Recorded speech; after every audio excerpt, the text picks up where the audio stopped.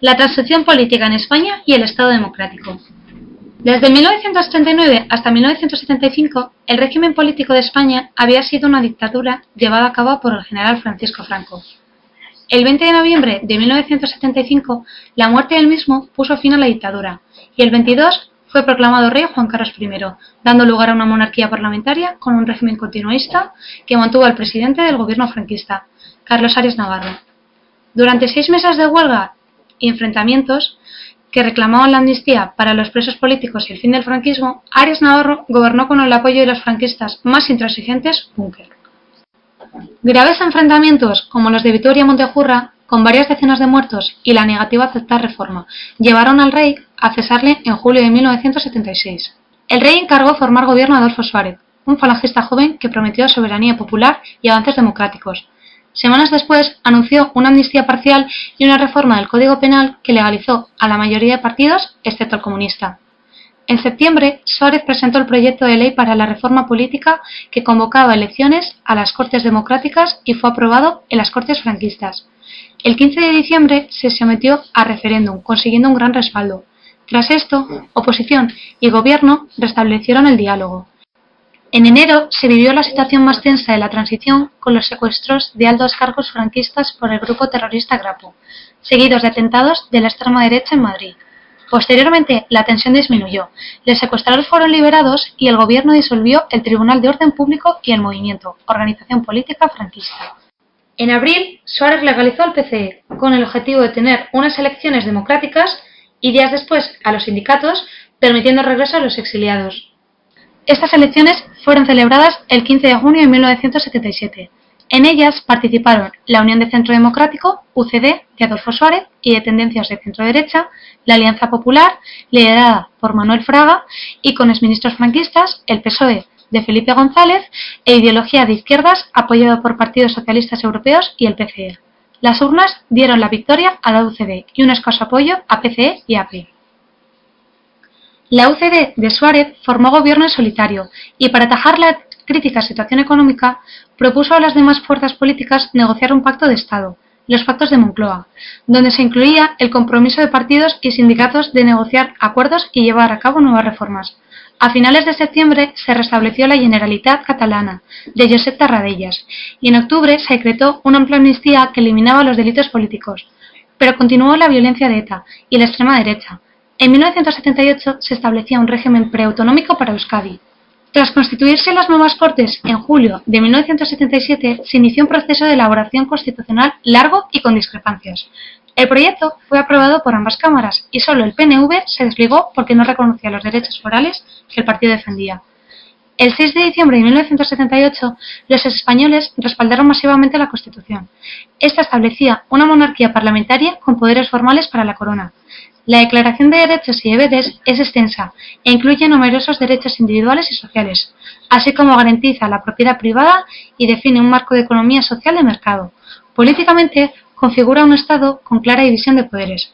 El poder legislativo corresponde a unas Cortes bicamerales elegidas cada 4 años. El Congreso elige al presidente de gobierno y las Cortes tienen un control parlamentario sobre este. El Poder Judicial es independiente y su máximo órgano es el Tribunal Constitucional. En los años 80 se desarrolló la Constitución, mediante numerosas leyes orgánicas. Aprobada la Constitución, se convocaron elecciones el 1 de marzo de 1979. La UCD volvió a ganar, pero las primeras elecciones municipales democráticas de abril permitieron a la izquierda conseguir la mayor parte de los ayuntamientos gracias al pacto entre PSOE y PCE. Desde 1979, el desgaste del gobierno aumentó y el PSOE adoptó una actitud abierta, quebrándose así el consenso de 1977. En 1980 presentó una moción de censura que permitió a Felipe González presentarse como alternativa a Suárez. El aumento de atentados de ETA provocó tensiones en el ejército y comenzaron a producirse contactos entre militares golpistas apoyados por la extrema derecha. El problema de Suárez era la crisis de su propio partido. También aumentó la presión social, la patronal le retiró su apoyo y la Iglesia se distanció por las discrepancias en educación. A comienzos de 1981, Suárez dimitía y el rey designó a Calvo Sotelo candidato a la presidencia. Durante la votación de investidura, el 23 de febrero, el teniente coronel Antonio Tejero tomó el Congreso. También los golpistas intentaban desplegar en Madrid la división acorazada Brunete y el teniente general Milás del Bosch ponía en marcha el golpe en Valencia. Otro golpista, el general Armada, intentó entrar en el Congreso para recuperar el control, pero Tejero se lo impidió. En la madrugada, el rey se dirigió al país, dejando clara su posición a favor del orden constitucional. Tras la investidura de Sotelo, los españoles salieron a la calle para mostrar su rechazo al golpismo. El gobierno de Sotelo duró año y medio, estando marcado por las diferencias internas de la UCD, las presiones de la Iglesia, el juicio del 23F, que envió a Tejero a la cárcel, y con su gobierno se ingresó en la OTAN. A mediados de 1982, Sotelo decidió adelantar las elecciones, que se celebraron el 28 de octubre con una victoria aplastante del PSOE. Concluía así la transición. Entre 1982 y 1996, el PSOE obtuvo 4 victorias consecutivas bajo la presidencia de Felipe González, consolidando un régimen democrático en España y enfrentando una crisis económica. A partir de 1986, el gobierno de González afrontó varios programas de modernización. Durante esta etapa se aprobaron las leyes de la Constitución, se completó el mapa autonómico, se acometió una reforma de las Fuerzas Armadas y se mantuvo la integración en la OTAN.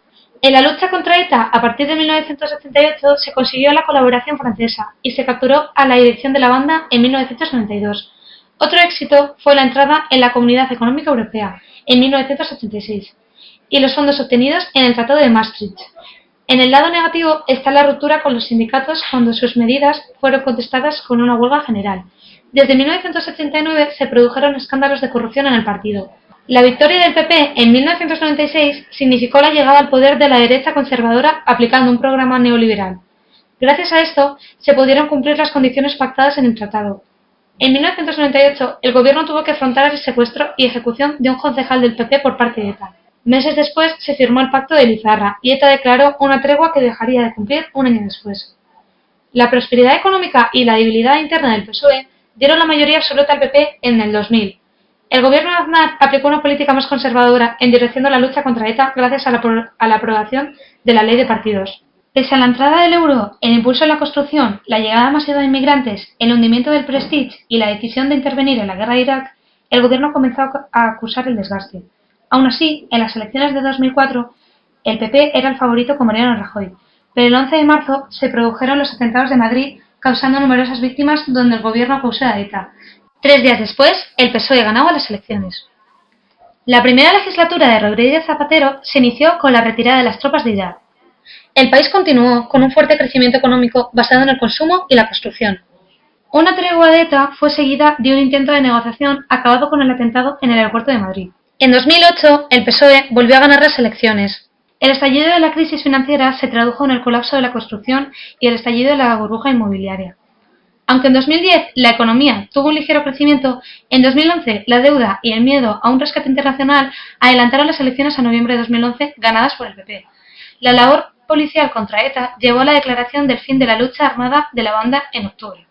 A día de hoy, Mariano Rajoy continúa en el cargo, al mismo tiempo que la crisis económica se acentúa, así como la tensión entre el gobierno y la ciudadanía.